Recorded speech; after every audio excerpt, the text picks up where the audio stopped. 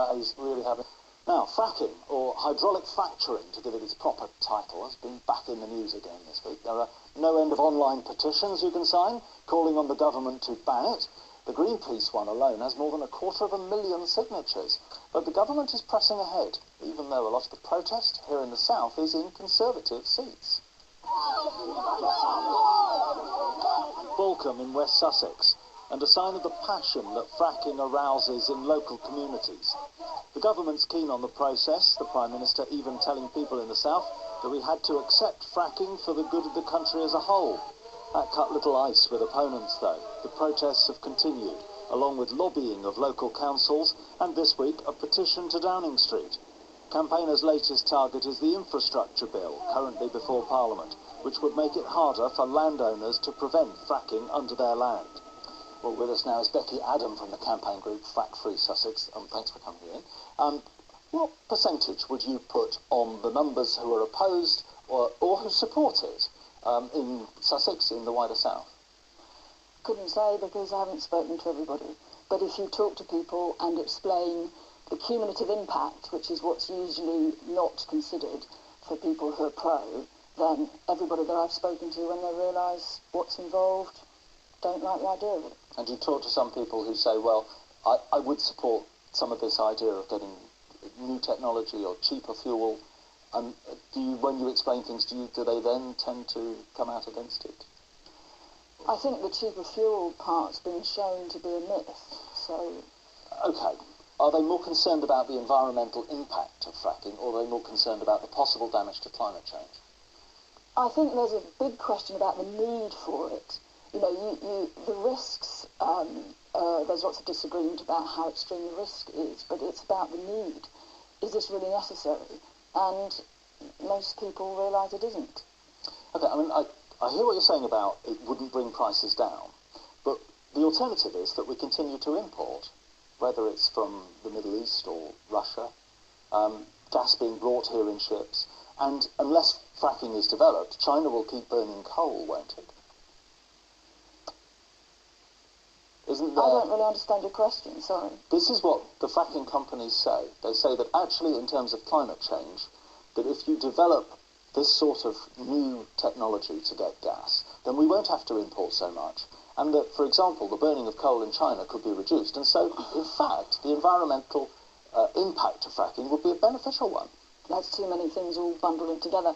The issue is how quickly we transition to renewables. The idea that fracking or unconventional oil and gas is a bridge fuel is a myth. It's a gangplank. It's not a bridge fuel. It's a complete distraction from what we need to do, which is really seriously invest in renewables. The Infrastructure Bill says maximise economic recovery of petroleum. It says nothing about maximising recovery from our renewable resources. Why not? But this is what I'm saying to you, is that we are where we are with our reliance on fossil fuels. And we can shift that. We're where we are. Why does it have to shift so fast? Why not take some of what's under the ground here, rather than rely on imports? Because you can't just take some. It's a whole new industry. It's a massive industry. You can't just take a bit. It's not like a nodding donkey behind a hedge. It doesn't work like that. The fracking industry is completely different.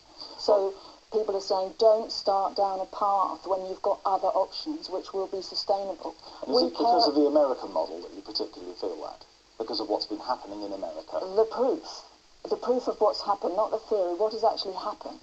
You know, Peter Lilly said in Parliament the other day, as if it was some kind of a good thing, 2.5 million wells have been drilled in the States. 2.5 million. If you try and get figures for how many wells will it take in the UK, it's very difficult to get a figure. They said 33,000 in the Bolin Shale. You know, it's a lot of wells. So I go back to, if you genuinely believe so many people are against it, in conservative areas like Sussex, why is it the government's still pressing ahead? You have to ask them. OK, let's ask them. George Hollingworth. I don't think we like you said at the beginning, there's two different issues here which we're trying to address. The first one, which I think is what's energising a lot of people, is what is perceived as the danger to the environment of the fracking process and fracking wells. And then on the other side, which I think is what we've heard more of this afternoon, is the climate change. Is the climate change issue about continuing to use fossil fuels. And there are two wholly different arguments going on there. Now, I think the second one is an interesting one to bring up at this stage, because actually you should, well, I suppose actually most environmentalists are arguing about extracting more fuel from anywhere, not mattering where it is. And the idea that you're going to start off a brand new industry and you'll relentlessly pursue that down the road opens up a massive new avenue for burning hydrocarbons is one which I think is difficult to argue with. You are making a clear policy decision that you are going to carry on burning hydrocarbon fuels. Yeah. But I think most people... Well, we've got to do it anyway. Well, I think we are. Imports. And in fact, the Royal Society, I went to a recent talk by the Royal Society given in the Houses of Parliament.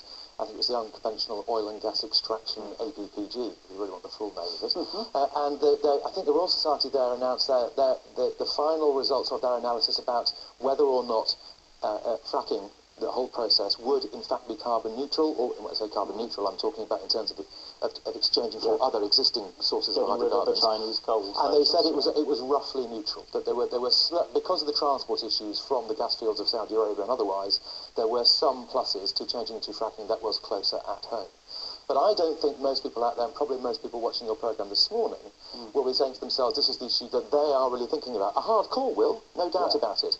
But most people are, I think, worried about potential for water pollution, potential for vehicle movements, potential for disposal of industrial waste, and the general imposition on their communities of a brand new process. Right, well, Labour came up with some new ideas this week. I'm talking about 11 amendments they made to the infrastructure bill, tightening the regulations, no fracking in national parks like the South Downs, independent well inspections, baseline assessments of methane levels. Is Labour saying we should be going down this road, which both George and Becky say would be you couldn't come back from? I must admit, I haven't spent a great deal of time thinking about fracking. We're a dense urban area. I'm leader of the City Council here, but I'll give you my personal view. So as a science teacher? Absolutely, I'll give you my personal view. I suspect that fracking will come to Britain, and it will happen simply because the advantages to the Treasury are so significant that they're going to push ahead with this, and it's driven by the economic need to balance the books. And so I suspect that there'll be a big push there. Unlike America, of course, where landowners take the percentage, a good percentage of the profits. In the UK, everything under the ground is owned by the Crown, therefore the government, and the government... That could be good. Of course, absolutely. Look, I'm not saying that that's necessarily a bad thing, but I think the pressure from Osborne on this is based around bringing in a fat cheque for the Treasury, and effectively... And the other issue, of course, is security of gas supply. Right. And, of course, the gas supplies have traditionally come from Norway for us and the North Sea, and those are going to reduce over the next period, and then we're going to be into a situation where gas supplies, and virtually everybody runs their central heating off gas, is going to have to come from more insecure markets. I suspect it's something to do with that. That's what I think the government thinking is. I think for me, fracking should be a last resort rather than a first resort, and that's probably my own personal position. Right. But these are sort of sitting on the fence. Well, the security of the supply issue is very important because it's always branded as energy security. But the Chinese National Offshore Oil Corporation put money into Quadrilla. So who actually owns these companies? It's not ours. It's not British. There'll be big tax revenue from it, won't there? Well, okay, if it's about the Treasury, which it actually clearly is. And if you look at the infrastructure bill, there's not much support for cycleways, but then you don't get much money from cyclists. The whole thing is about money, and there are actually real people and a planet to look after. And if that is just off the radar for the Treasury, we are in big trouble. But there are real people... I come at this as a slight sceptic, because water is my thing as a fisherman, and I'm chairman of the all-party group on angling, and I think it can be coped with. So I think actually in the end I am convinced. But we have to be careful of the other side of this argument. We talked about food poverty a little earlier on. There are real people out there whose fuel bills are going through the roof, who are freezing to bloody death, who sit there in blankets at night, scared to turn the heat on. And that's because their homes are badly insulated. Well, indeed, but these things are not binary. Let's be clear about that. Nobody in the UK should be suffering from cold in their homes in the winter if the homes have been built well, or you can retrofit them with insulation. But they can be retrofitted. Okay. Thanks for coming in and talking to us about it today. Every year around this time, Council